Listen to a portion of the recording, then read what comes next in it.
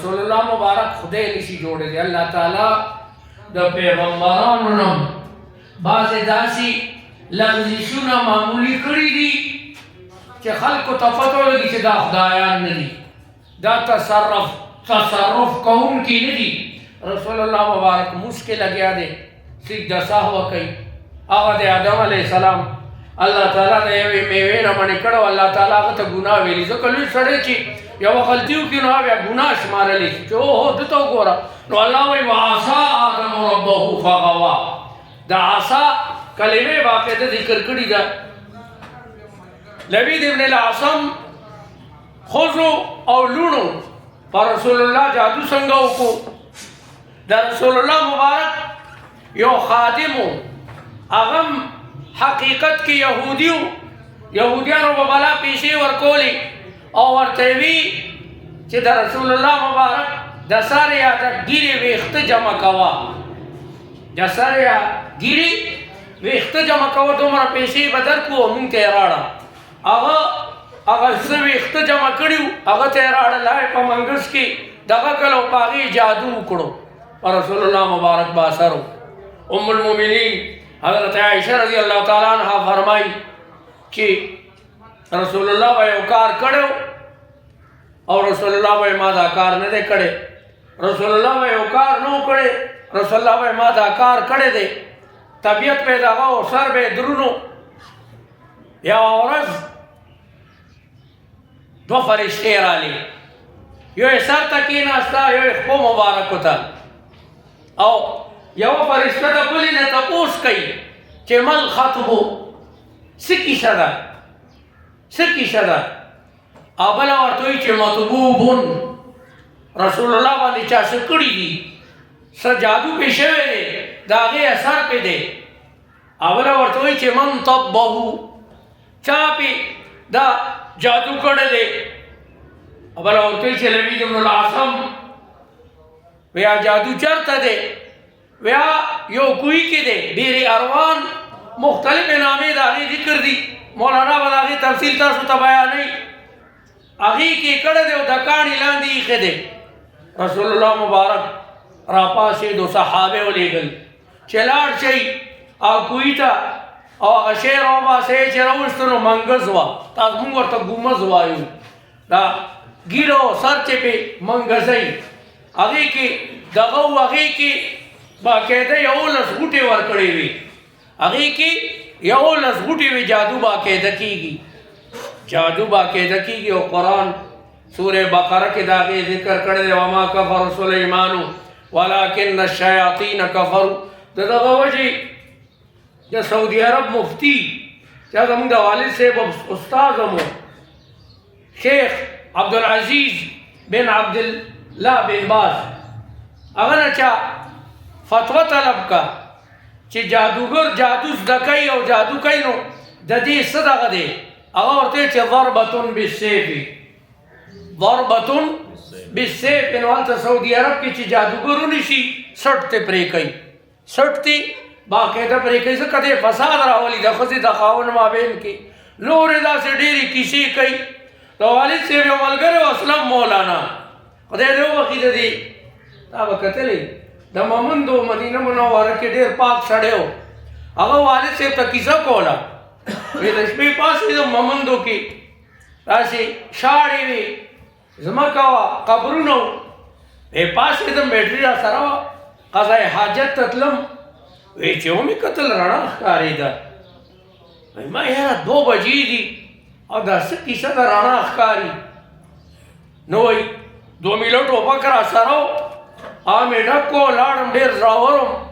وی چې لاړم اوس یوه ښځه ده 3 کسان دي او د قبر نه یې مړی راایستی دی، تازه مړی، او کفن یې ترې لر کړی دی او په خېټه ورته اوړه هغه کي.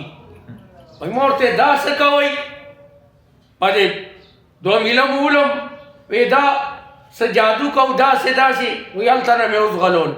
وی ما ورته که بیا رالی بیا به مو پرېنږدم. نو باقاعده جادو کېږي او د دې بېلې ټوڼې ټاڼې وي، ټوڼې ټاڼې سی شیطانان کوم ګنده شیطانان چې هغه د سړي مسخر شي. او څنګه مسخر کیږي؟ سړي ته وایي چې دا قرآن مجید په دې ډیران کې خښ کا، قرآن مجید په دې ګټر کې وله، داسې وکړ. هغه بیا ورسره وي، هغه یې ورته د ارامېتوب چلونه ښایي بهر کې. زه اکثر د موضوع نه وځم. من شر ما خلق، زه پناه غواړم د شر د هغه څیز نه چې هغه الله تعالی پیدا کړی دی. هر څیز کې چې شري مار دی، د مار د چیچلو نه یېرېږم، د لړم، د دشمن کوم شی چې ضرري وي د هغې نه خدای زه پناه غواړم. دې ټولو کې اعوذ مقدر دی. قرآن مجید صرف اشارې کوي، دا نه چې تفصیل بیانوي. نو دا قرآن به بیا څومره جلدو کې راځي. دلته دی قل اعوذ برب الفلق او اعوذ من شر ما خلق او اعوذ من شر غاسق اذا وقب، او پناه غواړم د تورې تیارې نه، د شپې د تورې تیارې نه اذا وقب، کله چې دا پخه شي. اکثر تاسو ګورئ د شپې غلاګانو ځي، د شپې قاتل قتل ته رواني، د شپې ماران لړمانان، هر شري شی چې دی نو هغه راوځي. ومن شر النفاثات، نفاثتون اصل کې د نفاسه نه دی، نفاسه ینفثو معنی پوکوال، پوکوال دې ته نفاسه وایي. اصل کې نفاسه ینفثو نه اسم فاعل نافثه راځي، لیکن دې کې مبالغه ده چې ډېر تیزۍ سره چوفکۍ په هغې غوټو باندې یا په هغې جادو باندې. او پناه غواړم د شر د هغې ښځو نه چې هغه ډېر په تیزۍ سره چوفکۍ فی العقد په هغې غوټو د پاسه، غوټو د پاسه هغه جادو چوف کی. الله تعالی هغې کې اثر واچوي، الله تعالی امتحان و ازمایشي. ومن شر حاسد، او پناه غواړم د شر د هر حسد کوونکي ده. حسد ډېره لویه بیماري ده، حسد ډېره لویه بیماري ده. حاسد خپل ځان ویلي کوي لیکن ستې جوړه نشي. الله تعالی قرآن کې خلق منع کوي چې حسد ګورې مه کوئ. او زموږ والد صاحب دی الله تعالی وبخي، هغه یو ځل ناستو، مولانا سمیع الحق صاحب هم ورسره ناستو، او یو حدیث وویل. دا حدیث اگرچې صحت ته نه دی رسېدلی لیکن معنا یې بالکل رښتیا ده. حدیث څو وی الله تعالی چې کله د انسانان د زر په شان پیدا کړل، زر عربی کې د نري میږي ته وایي. د باورچي خانو کې ډېرې تاسو به کتلي، په نظر هم نه ښکاري، پوره صورت سره رواني. الله تعالی چې د انسانان سړي او ښځې پیدا کړل نو داسې موټی یې کړو، داسې سړي وویشتل، سړي وویشتل، پښتو کې ورته وایي وینوستل، داسې بیا یې موټی کړو د ښځو.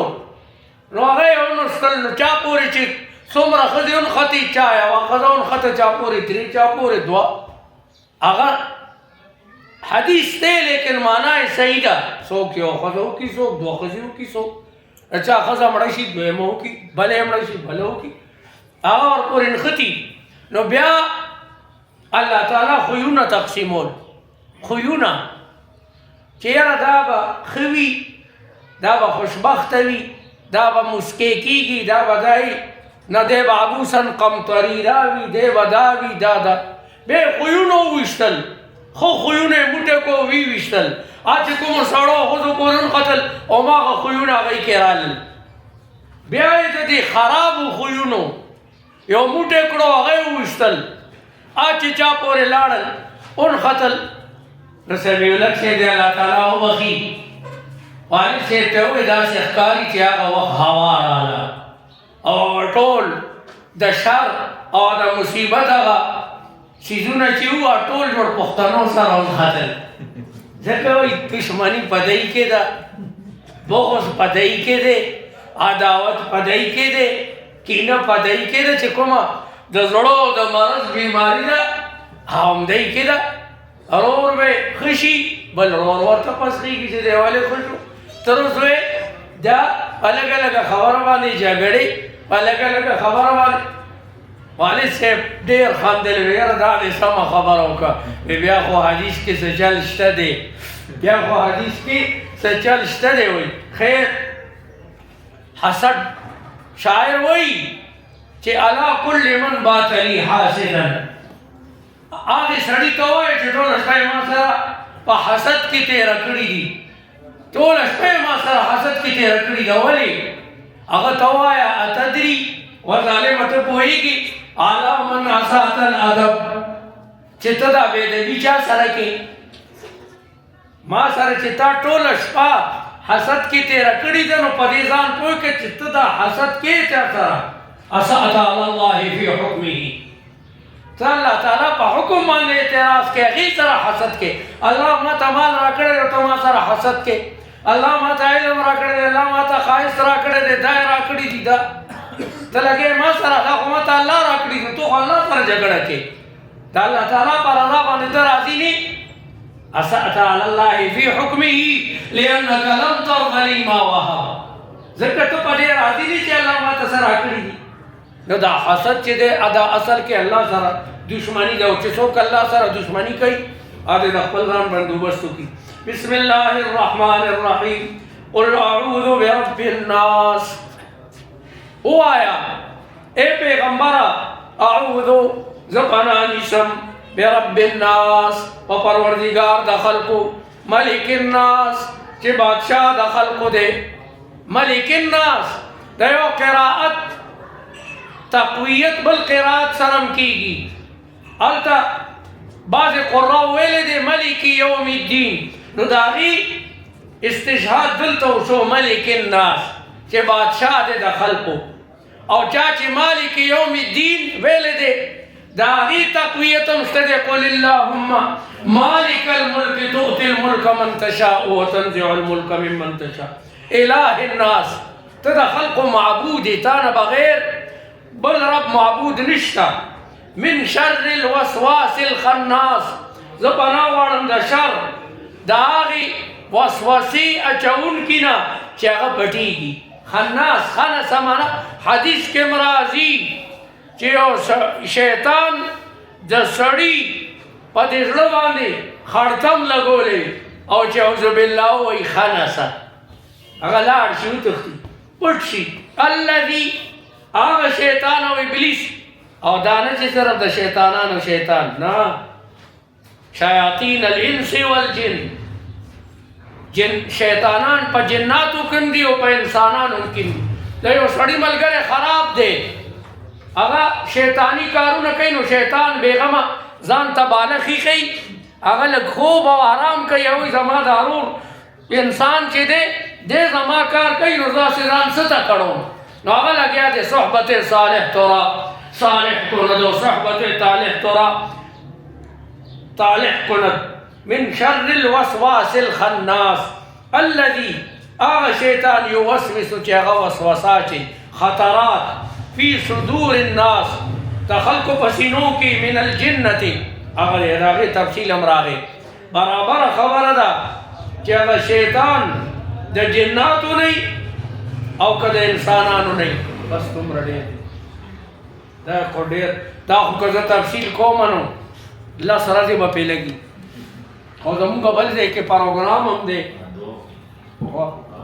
دعا وکړئ الحمد لله رب العالمين والعاقبة للمتقين والصلاة والسلام على أشرف الأنبياء والمرسلين وعلى آله وصحبه أجمعين الطيبين الطاهرين اللهم إنك عفو كريم تحب العفو فاعف عنا واغفر لنا وارحمنا اللهم رحمتك نرجو فلا تكلنا إلى أنفسنا طرفة عين وأصلح لنا شأننا كله لا إله إلا أنت اللهم اجعل القرآن العظيم ربيع قلوبنا ونور صدورنا وذهاب همومنا وغمومنا وجلاء أحزاننا اللهم ذكرنا منه ما نسينا وعلمه ما جهلنا وارزقنا تلاوته آناء الليل وأطراف النهار على الوجه الذي يرضيك عنا يا رب العالمين ورزقنا تمام گناهون و تقصیرات معاف کی انتہائی مجرمان یو گناہگار یو مختورن یو او استاد رحمت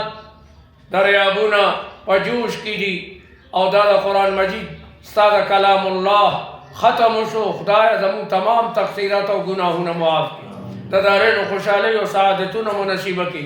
خدای زموږ ټول مشران کشران، مور او پلار، زنانه نارینه واړه لوی، خدای چې ستا میلمانه شوي دي، خدای د خپل شان مطابق د هغوی میلمستیا وکړي. خدای ته بخنه نصیبه کړي، درجات بلند کړي، قبرونه منور کړي. اللهم اغفر لهم وارحمهم وعافهم واعف عنهم واكرم نزلهم ووسع مدخلهم واغسلهم بالماء والثلج والبرد ونقهم من الذنوب والخطايا كما ينقى الثوب الابيض من الدنس. اللهم لا تحرمنا اجرهم ولا تفتنا بعدهم واغفر لنا ولهم. اللهم جازهم بالاحسان احسانا وبالسيئات عفوا وغفرانا. اللهم ابدل لهم دارا خيرا من دارهم واهلا خيرا من اهلهم وآنس وحشتهم في قبورهم يا رب العالمين. اللهم احشرهم مع الذين أنعمت عليهم من النبيين والصديقين والشهداء والصالحين وحسن أولئك رفيقا. جنة الفردوس کے اعلیٰ مقامات نصیب کی. رسول اللہ صلی اللہ علیہ وسلم پروح پر فتوح پکرودون و اربون و کربون سلامون و درودون خدای نازل کی. اے رب العالمین رسول اللہ تعالی جزا اور کی خیر ما یجازا به نبی عن امته. خدایا انتہائی کمزوریو خدایا مونږ نه دا ټول مرضونه آفتونه بلاګانې ازمایښتونه لرې کړي. زمونږ په دې ملک باندې خدای خصوصي رحم وکړي. خدای زمونږ دا مشران اسلام طرف ته راغب کړي. خدای د امریکې او د امریکې د ملګرو نه خدای محفوظ او ساتي. د هغوی د قید نه د هغوی د مکر نه خدای محفوظ او ساتي. د رسول الله مبارک شفاعت مو نصیبه کړي. د رسول الله مبارک د مبارک لاسو د حوض کوثر به مو نصیبه وګرځي. د هغوی د مبارکې جنډې لیوا الحمد لله موږ د خپل مور او پلار استادانو اسلافو مشایخو سره جمع کړي. خدای دا جمع مغفوره او مرحومه وګرځي. او دا کومو جینکو زمونږ لوڼو خویندو چې دا د قرآن مجید ترجمه وکړه په خپله بارګاه کې قبول او منظوره کړي. او مولانا ته پایدار صحت و عافیت نصیبه کړي. خدای عمر کې برکت واچوي. دا څومره علما چې ناست دي د دارینو په خوشحالیو خدای سرفرازه کړي. اے رب العالمین مونږ ډېر عاجزه یو، کمزور یو، او پکار خدا ده چې مونږ د کاڼو مستحق یو، لیکن ستا رحمت دی. خدای مونږ ته خو د دعا چلم نه راځي.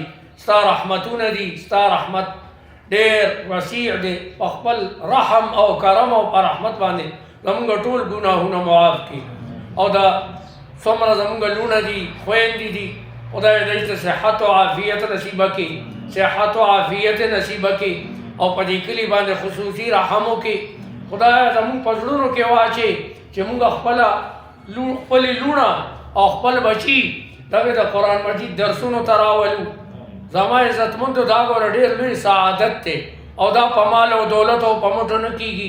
دا د الله تعالی توفیق دی. نو د الله تعالی نه توفیق غواړئ چې الله تعالی مونږ ته د نیکو اعمالو توفیق نصیبه کړي. الله تعالی دې زموږ آخري خاتمه په ایمان کړي.